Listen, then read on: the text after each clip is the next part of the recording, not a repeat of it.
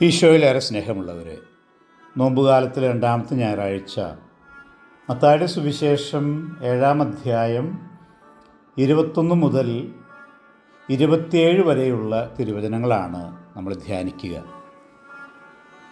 ഈ രണ്ടാമത്തെ ആഴ്ചയിൽ യഥാർത്ഥ ശിഷ്യൻ ആരാണ് എന്ന് ഈശോ നമ്മളെ പഠിപ്പിക്കുകയാണ്. കർത്താവ് വ്യക്തമായിട്ട് പറയുകയാണ്, നമ്മുടെയൊക്കെ ജീവിത ദൗത്യം ദൈവപിതാവിൻ്റെ ഇഷ്ടം നിറവേറ്റുകയാണ്. വാക്കുകൾ കൊണ്ട്, അധരം കൊണ്ട് ദൈവത്തെ പിതാവെന്ന് വിളിച്ചാൽ പോരാ, ദൈവത്തിൻ്റെ ഇഷ്ടം നിറവേറ്റുന്നു എന്ന് പറഞ്ഞാൽ പോരാ. ദൈവഹിതത്തെപ്പറ്റി നമ്മൾ ചിന്തിക്കുമ്പോൾ 3 കാര്യങ്ങൾ നമ്മൾ ഓർക്കുക. ഒന്നാമത് നമ്മൾ ചിന്തിക്കുന്നതാണ്, ദൈവത്തിൻ്റെ ഹിതം 3 തരത്തിൽ കാണാം. ഒന്ന്, വെളിപ്പെടുത്തപ്പെട്ട ദൈവഹിതം. ദൈവത്തിൻ്റെ ഇഷ്ടം എന്താണെന്ന് നമുക്ക് തിരിച്ചറിയാൻ സാധിക്കുന്നു വിശുദ്ധ ഗ്രന്ഥത്തിലൂടെ, ദൈവകൽപ്പനകളിലൂടെ, സഭയുടെ കൽപ്പനകളിലൂടെ.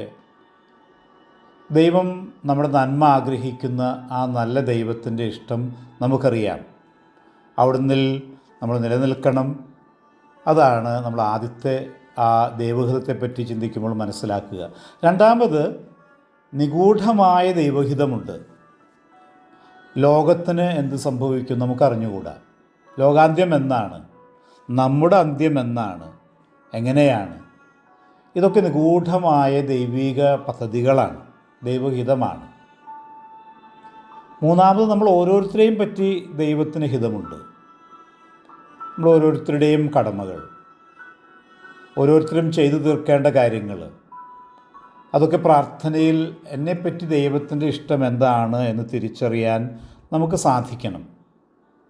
അപ്പോൾ ഈ ദൈവഹിതം എന്താണെന്ന് മനസ്സിലാക്കുക, അത് പ്രവർത്തിക്കുക, അനുവർത്തിക്കുക എന്നുള്ളതാണ് ഏറ്റവും പ്രധാനപ്പെട്ട കാര്യം. യാക്കോബിൻ്റെ ലേഖനം 1-ാം അധ്യായം 22-ാം വാക്യം ഇപ്രകാരമാണല്ലോ: നിങ്ങൾ വചനം കേൾക്കുക മാത്രം ചെയ്യുന്ന ആത്മവഞ്ചകരാകാതെ അത് അനുവർത്തിക്കുന്നവരും ആയിരിക്കുവിൻ. അപ്പോൾ ദൈവവചനം അനുസരിക്കുക എന്നുള്ളതാണ് നമ്മുടെയൊക്കെ ദൗത്യം. പലപ്പോഴും നമ്മൾ നാമമാത്ര ക്രിസ്ത്യാനികളായിട്ട് ജീവിക്കാറുണ്ട്.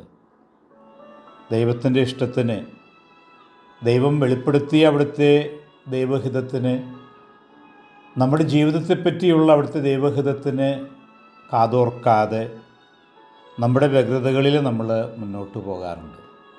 അപ്പോൾ നമുക്ക് ഈ നോമ്പുകാലത്തിൽ നമ്മളെപ്പറ്റി തന്നെ വിലയിരുത്താനുള്ള ഏറ്റവും നല്ല അവസരമാണിത് എന്ന് ഓർക്കുക. രണ്ടാമത്, കർത്താവ് ഈ പറഞ്ഞ കാര്യങ്ങൾ ഏറ്റവും വ്യക്തമായിട്ട് മനസ്സിലാകാനായിട്ട് പാറമേൽ ഭവനം പണിത മനുഷ്യനെ എടുത്തു കാണിക്കുകയാണ്. 2 തരം ഭവനങ്ങൾ, പാറമേൽ പണിത ഭവനവും അതുപോലെ മണൽപ്പുറത്ത് പണിത ഭവനവും. നമ്മൾ പിസായിലെ ഗോപുരത്തെപ്പറ്റി കേട്ടിട്ടുണ്ട്. പിസായിൽ ചരിഞ്ഞ ഗോപുരം, ഫൗണ്ടേഷൻ വേണ്ട വിധത്തിൽ ശക്തമല്ലാതിരുന്നത് കൊണ്ടാണ് അത് അന്ന് അങ്ങനെ ചരിഞ്ഞു പോയത്.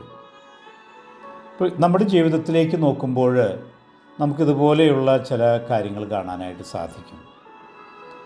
നമ്മുടെ വീടിന് ചിലപ്പോഴൊക്കെ ചില ക്രാക്കുകൾ, ചില വിള്ളലുകൾ വന്നിട്ടുണ്ടാകാം. അത് വ്യക്തിപരമായ ജീവിതമാകാം, അതൊരു വീടായിട്ട് സങ്കല്പിക്കാം, നമ്മുടെ കുടുംബം തന്നെയാകാം. ചില വിള്ളലുകൾ പ്രത്യേകമായിട്ട് എടുത്തു പറയാനായിട്ട് ആഗ്രഹിക്കുകയാണ്. ഒന്ന്, സ്വാർത്ഥത നിറഞ്ഞ ജീവിതം. നമ്മുടെ കുടുംബത്തിൻ്റെ അടിത്തറ തകർക്കുന്ന ഒന്നാണ്, നമ്മുടെ വ്യക്തിജീവിതത്തിൻ്റെ അടിത്തറ തകർക്കുന്ന ഒന്നാണ്. അതുപോലെ തന്നെ ആർത്തി പൂണ്ട ജീവിതങ്ങൾ, ചിലപ്പോൾ വിദ്വേഷം വെച്ച് പുലർത്തുന്ന വ്യക്തികളെ നമുക്ക് കാണാൻ സാധിക്കും. ചിലപ്പോൾ നിരാശയാണ്, ദൈവം എന്നെ കൈവിട്ടു എന്നുള്ള നിരാശയാണ്. അപ്പോൾ ഈ 3-4 കാര്യങ്ങൾ നമ്മൾ ഓർക്കുക. നമ്മുടെ ആധ്യാത്മിക സൗധത്തിന്, കെട്ടിടത്തിന് കേടുപാടുകൾ വരുന്നുണ്ടോ? ആർത്തിയും സ്വാർത്ഥതയും വിദ്വേഷവും നിരാശയും, ഇതുപോലെ ഒത്തിരി കാര്യങ്ങളുണ്ട്. പക്ഷേ 4 കാര്യങ്ങൾ നമ്മളറിയാതെ നമ്മുടെ കുടുംബത്തെ, നമ്മുടെ വ്യക്തിജീവിതമാകുന്ന ആ കെട്ടിടത്തെ തകർക്കുന്ന ചില കാര്യങ്ങൾ സൂചിപ്പിച്ചു എന്ന് മാത്രം. മൂന്നാമത്, നമ്മൾ അടിസ്ഥാനപരമായിട്ട് എപ്പോഴും നമുക്കുണ്ടാകേണ്ട മനോഭാവം എന്താണ്? നമ്മൾ പറയുന്നതായിരിക്കണം ചെയ്യുന്നത്. നമ്മുടെ വാക്കുകളും പ്രവൃത്തികളും തമ്മിൽ പൊരുത്തമുണ്ടാകണം. ഗാന്ധിജിയെപ്പറ്റി അതാണല്ലോ പറയുക, ജീവിതം തന്നെ എൻ്റെ സന്ദേശം എന്ന് പറയാൻ പറ്റുന്ന വിധത്തിൽ അത്രമാത്രം ആർജവത്വമുണ്ടായിരുന്ന മനുഷ്യനാണ്, വലിയ നേതാവാണ്, പുണ്യപുരുഷനാണ് ഗാന്ധിജി. അപ്പോൾ നമ്മുടെ ജീവിതത്തിൽ ഈ പറയുന്നതും പ്രവർത്തിക്കുന്നതും അതിനുള്ള പൊരുത്തമുണ്ടാകണം. ഒപ്പം തന്നെ 1-2 കാര്യങ്ങൾ കൂടി നമ്മൾ ഓർക്കുക. ആഞ്ഞടിക്കുന്ന, ആർത്തലിക്കുന്ന കൊടുങ്കാറ്റും തിരമാലകളും നമ്മുടെ വീടിന് ചുറ്റുമുണ്ടാകാം. അതിൽ നമ്മൾ നഷ്ടധൈര്യരാകരുത്. അത് പ്രത്യേകിച്ച് ഓർക്കാനും ഈ അവസരം ഏറ്റവും പ്രധാനപ്പെട്ടതാണ്. നമ്മുടെ ദൗത്യം എന്നുള്ളത് നമ്മുടെ ഭവനത്തിന്, നമ്മുടെ ജീവിതത്തിന് അടിത്തറയുണ്ടോ? അടിത്തറയിൽ എന്തെങ്കിലും വിള്ളലുകളുണ്ടോ? കെട്ടിടത്തിന് എന്തെങ്കിലും തകരാറ് പറ്റുന്നുണ്ടോ? ഇതൊക്കെയാണ് നമ്മൾ ഈ നോമ്പുകാലത്തിൽ വിലയിരുത്തേണ്ടത്. നമുക്കറിയാം, നമ്മുടെ ജീവിതമാകുന്ന ആ വീട് നമ്മുടെ സാധാരണ വീട് പോലെ എന്നും മെയിൻ്റനൻസ്, റിപ്പയർ ആവശ്യമാണ്. അതിനുള്ള ഏറ്റവും നല്ല അവസരമാണ് ഈ നോമ്പുകാലം നോക്കുക. നല്ലൊരു ആത്മപരിശോധന നടത്തി നമ്മുടെ ജീവിതത്തിൽ വിള്ളലുകൾ വന്നു പോയിട്ടുള്ള മേഖലകൾ ഏതൊക്കെയാണെന്ന് ആത്മാർത്ഥമായിട്ട് അനുതാപത്തോടെ വിലയിരുത്താനും ആവശ്യമായ മെയിൻ്റനൻസ് ഉറപ്പ് നൽകൽ, ജീവിത സൗധത്തിന് ഉറപ്പ് നൽകൽ, അതിനുള്ള നടപടികൾ സ്വീകരിക്കാനും നമുക്ക് കടമയുണ്ട്. സഭതനാണ് ഈ കാലഘട്ടത്തിൽ നമ്മോട് ആവശ്യപ്പെടുന്നത്. അതനുസരിച്ച് ജീവിക്കാനായിട്ടുള്ള അനുഗ്രഹത്തിനായി നമുക്ക് പ്രാർത്ഥിക്കാം. ഈശോ നമ്മളെല്ലാവരെയും അനുഗ്രഹിക്കട്ടെ. ആമേൻ.